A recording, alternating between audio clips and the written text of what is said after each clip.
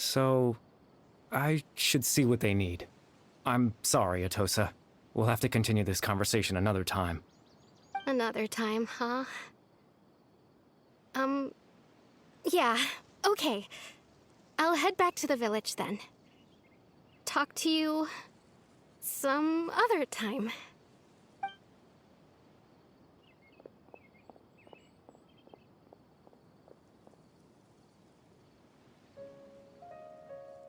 It's nice to see you, Traveler. I believe this is the first time we've met.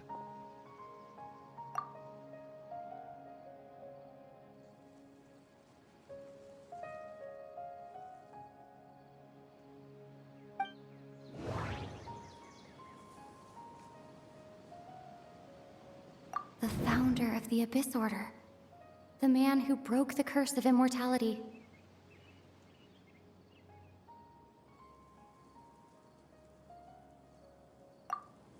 Born into abject sorrow, he shall now become the Loom of Fate.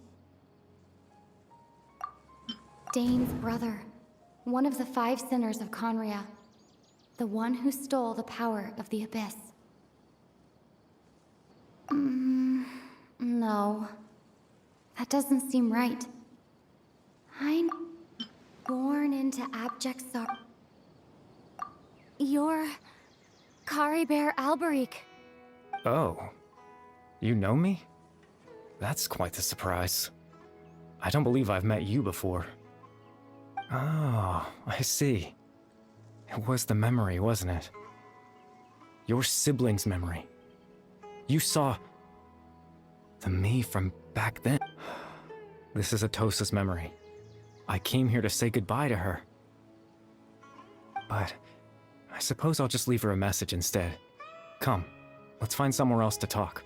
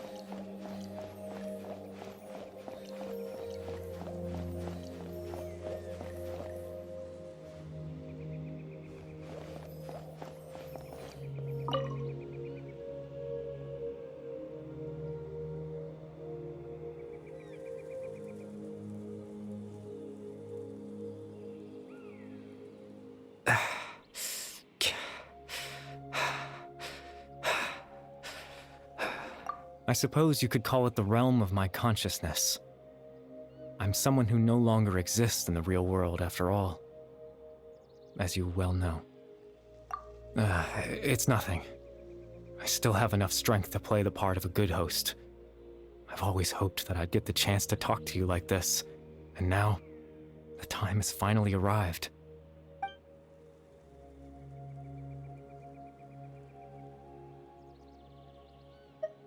Extreme sorrow and pain. Hope and regret coursing through your veins. And a degree of abyssal power that defies comprehension. Father told me that once I possessed all those elements, I would become the Loom of Fate. But, despite his intentions for me, I never truly became the Loom of Fate. I was merely used as a means for its construction.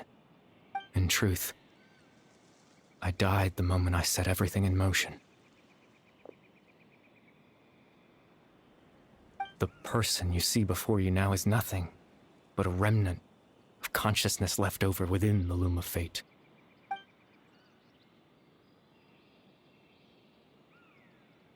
As for your question, the Loom of Fate is a device capable of weaving ley lines.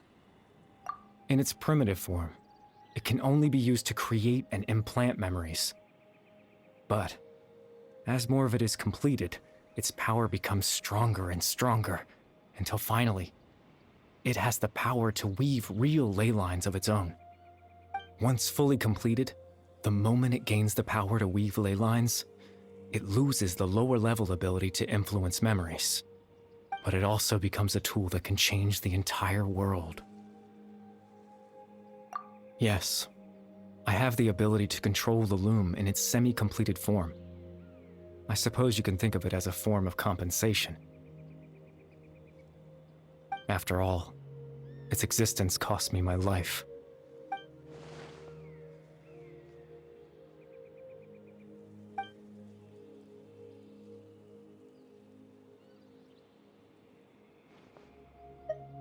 Ah, that. I was wrong to implant those memories. I'm sorry I caused so much trouble. Not only for everyone in the village, but for you as well. I just wanted them to feel like I once existed in this world. As if I had a chance at life.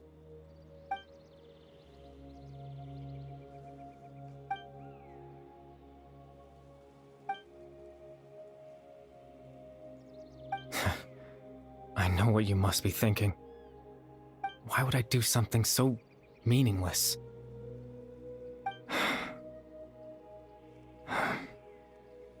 But I just couldn't accept it. I had to know what it would be like if I had my own life. What kind of person I would be. What other people would think of me. Chief Ahmadiyya, Baram, Granny Jahiyat, Atosa. What would it be like if I could live alongside them?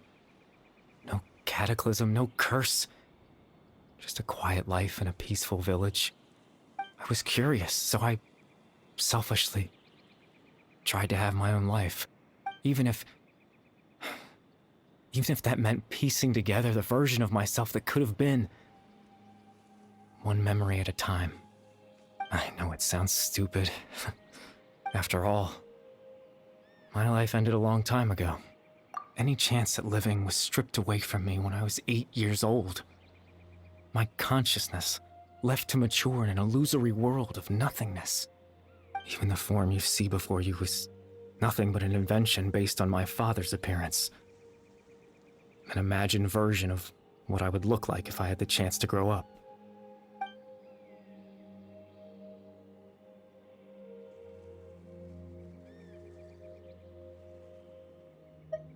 I know. But there's nothing I can do to make them find me. If I could exist in the real world, I would return without a second thought and surprise them with the suddenness of it all. But, well, that's not possible for me.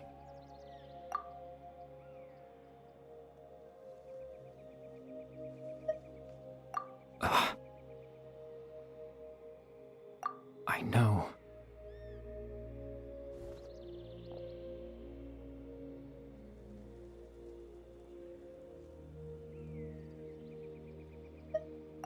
Captain Dainsleif. Twilight's sword, you mean? No need to meet up with him. Things should already be settled on his end. Exactly.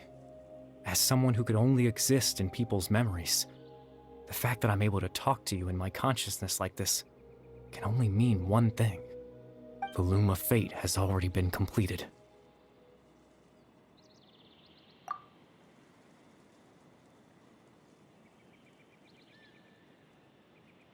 No need to worry about Captain Dainsleif. He's absolutely fine.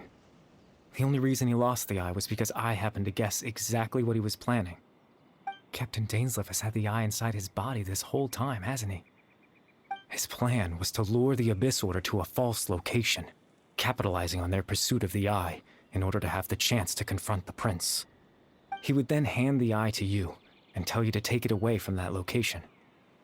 That way, Captain Dainsleif could accomplish his own goal and ensure the safety of the eye all at once. That's right, because in his mind, he had given it to you already.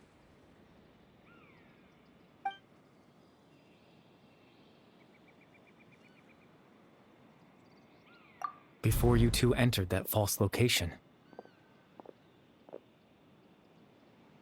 Traveler, wait.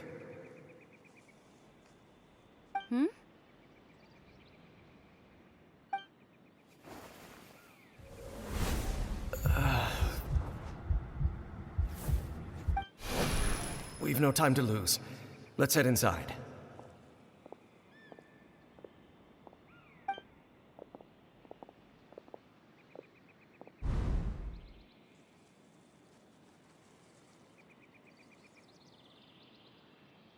That was when I implanted the memory of him handing you the eye. Given the tense situation at that time, Captain Dainsleif failed to notice anything out of the ordinary, and took that memory to be real. I'm sorry, Traveler, but I needed the Loom of Fate to be completed. And to do that, we had to retrieve the eye.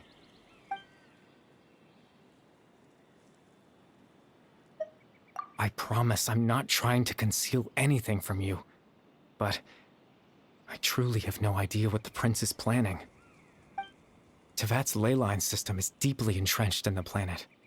Creating new ley lines can neither replace nor extend the ones that already exist. In the face of everything they could be planning, I fear I'm too insignificant to even get a glimpse of the bigger picture. In any case, I had my own use for the Loom of Fate, and my goal, at least, has been achieved. You remember my father, don't you? Clotar Alberic. I believe you saw him in your sibling's memory. After he used the power of the Abyss to restore consciousness to my hilichurl form, I suffered from an indescribable level of mental anguish. To comfort me, my father told me a story, that this was a fairy tale world where I had to take on the form of a little monster. That story managed to dispel my fears, even if just for a moment. My goal was simple: to use the Loom of Fate in its near-completed form, when its ability to create memories was at its strongest, to implant a specific memory into the minds of the hilichurls. In that memory, I would tell them a story, just like my father did for me. It was a story of fairy tales and love. But more than anything, it was the story of us.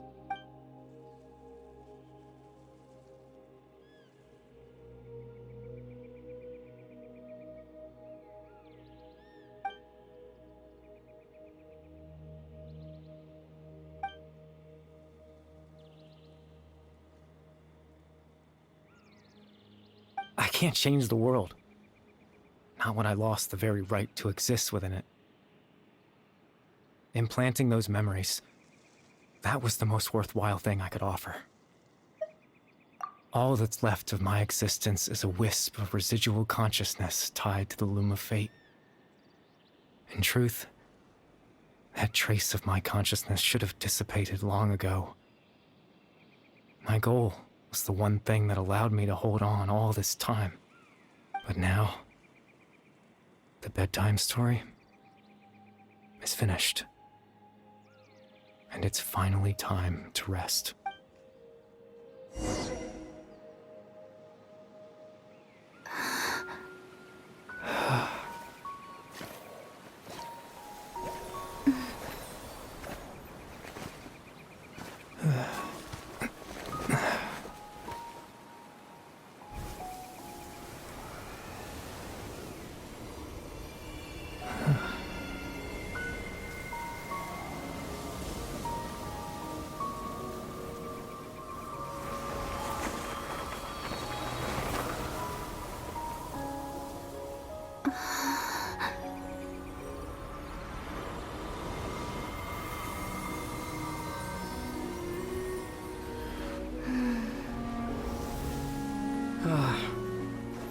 Looks like I was too late to see Kari Bear one last time.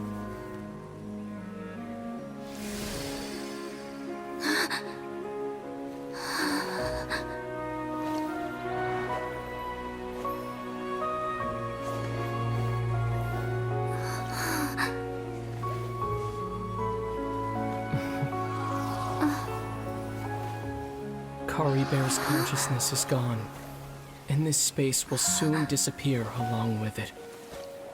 Neither of us belongs here. That's why we're not tangible. Were that not the case, I'd love to hug you too. Well, how about a conversation?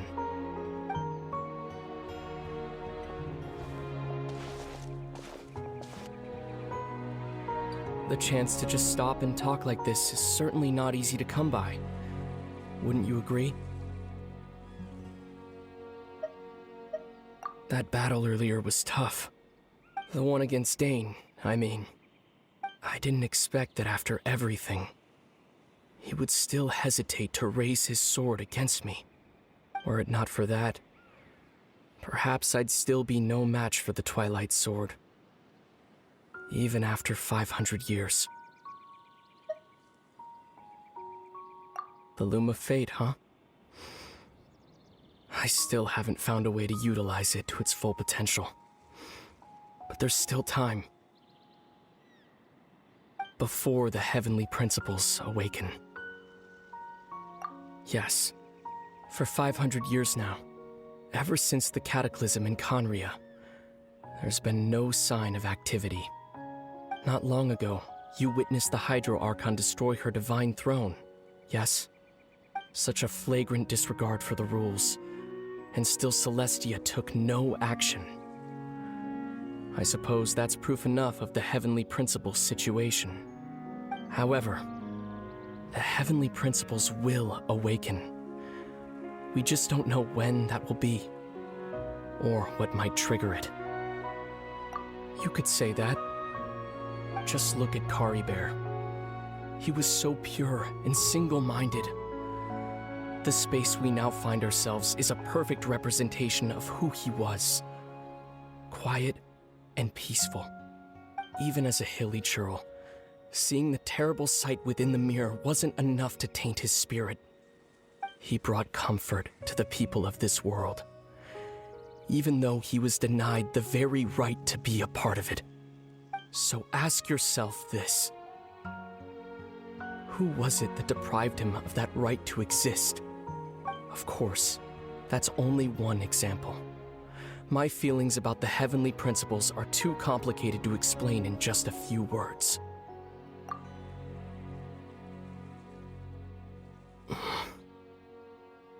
Lumine?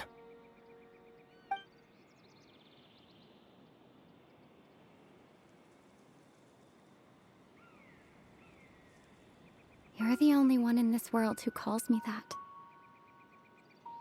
There's so much I wanted to ask you. But for some reason, I'm not interested in asking those questions right now. There's just one thing I have to ask. One thing I could never understand. Why? Why can't we continue our journey together?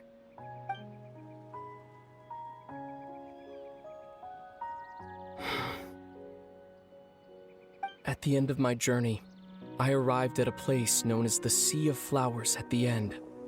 Do you remember? A long time ago, when we traveled between worlds together. You told me. You wanted to find a place in the universe where that one flower was in full bloom. To have a place like that suddenly appear before me? Well, would you think of that as a coincidence? You mean? I miss you too, Lumine. But as this war continues to rage, and as I continue to seek that final answer, I don't even know how to face myself sometimes. Let alone my own sister. What's going on? This space has lost its tether. I doubt it'll be able to exist much longer. In fact, aside from our ability to physically interact with each other, there's something else you should know about this space.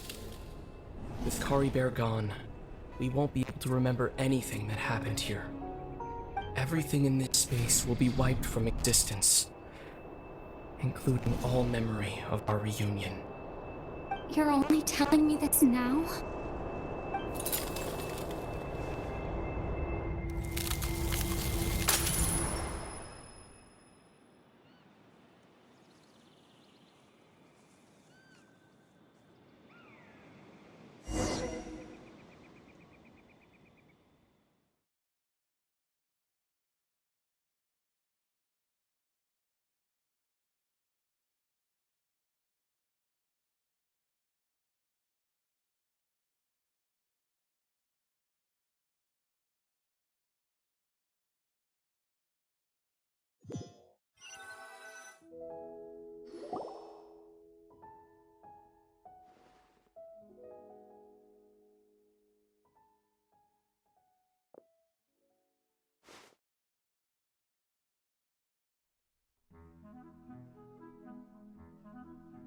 Oh, Paimon woke up a little earlier than you, so Paimon will fill you in. The villagers said that they saw us sleeping near the village yesterday. They couldn't wake us up no matter how hard they tried, so they decided to just bring us back here. Oh, and Dane came by just now. It looked like he was injured. He didn't say anything, though. Just made sure that you were all right and left. Kinda seemed like he had a lot on his mind, but that's Dane for ya. Let's think for a second. We were in that memory, and we saw that guy you called Curry Bear. He was the missing villager that we've been trying to find, right? And after that, Paimon doesn't remember what happened. Wait, really? What a score!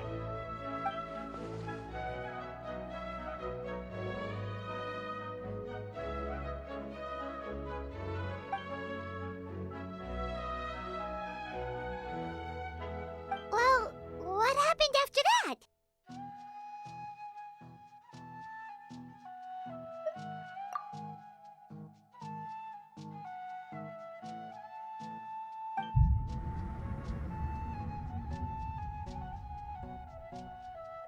Ah, there you are. Sleep well?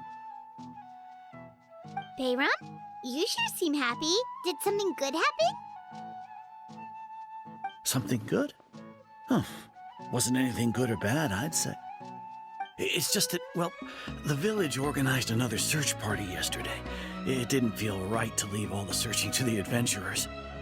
So there we were, searching away, when suddenly this one guy said it all came back to him. According to him, one day around dusk, he was passing by this one tree outside the village, and he saw our missing villager. There he was, sleeping under that tree all by himself. His parents came a little later to wake him up, and they all left together. They looked like quite a happy family, apparently. And after that, well, we all started to feel like that really is what happened. Kind of strange that we forgot all about it for so long.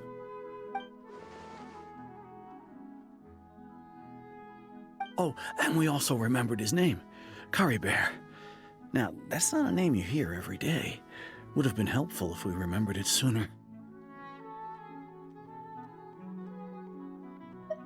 Well, I hope he's happy wherever he is, and we're all relieved now that we know what happened. Seems like everyone thinks Curry Bear left the village. That's probably for the best.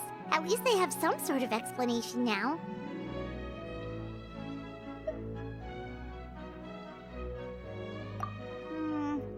Paimon wonders how Atosa's doing. Maybe we should go check on her. Paimon didn't see her in the village just now, so she's probably at the tree. Come on, let's go.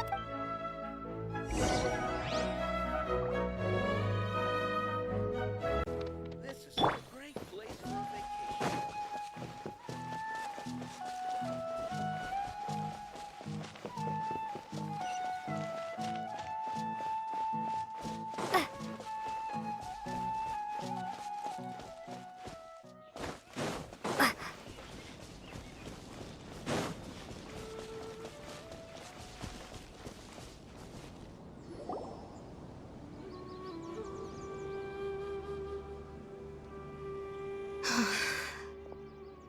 Hey, Atosa, how's it going?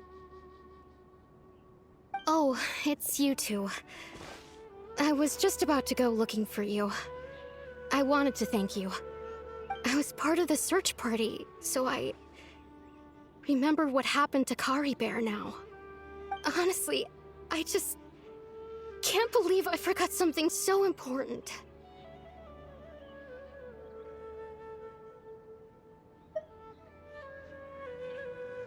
It's funny, but I have this feeling he told me the same thing.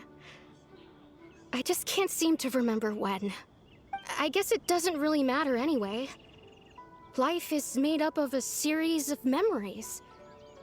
As long as I hold on to our time together, he'll always be a part of my life. I'm just happy I got to meet him. So, who cares what happens in the future, right?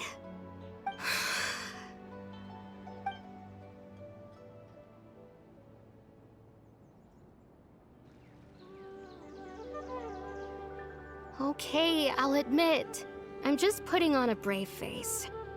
I was dumped, wasn't I?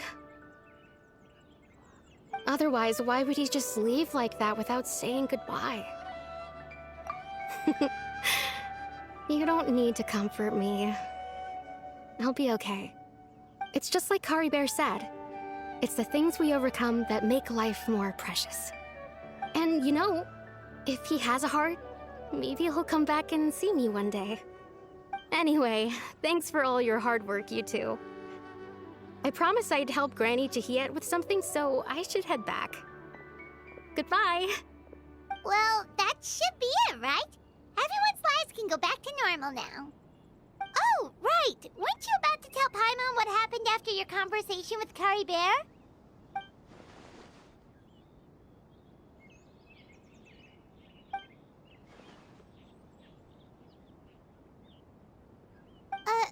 A picture? Where'd that come from? Let Paimon see.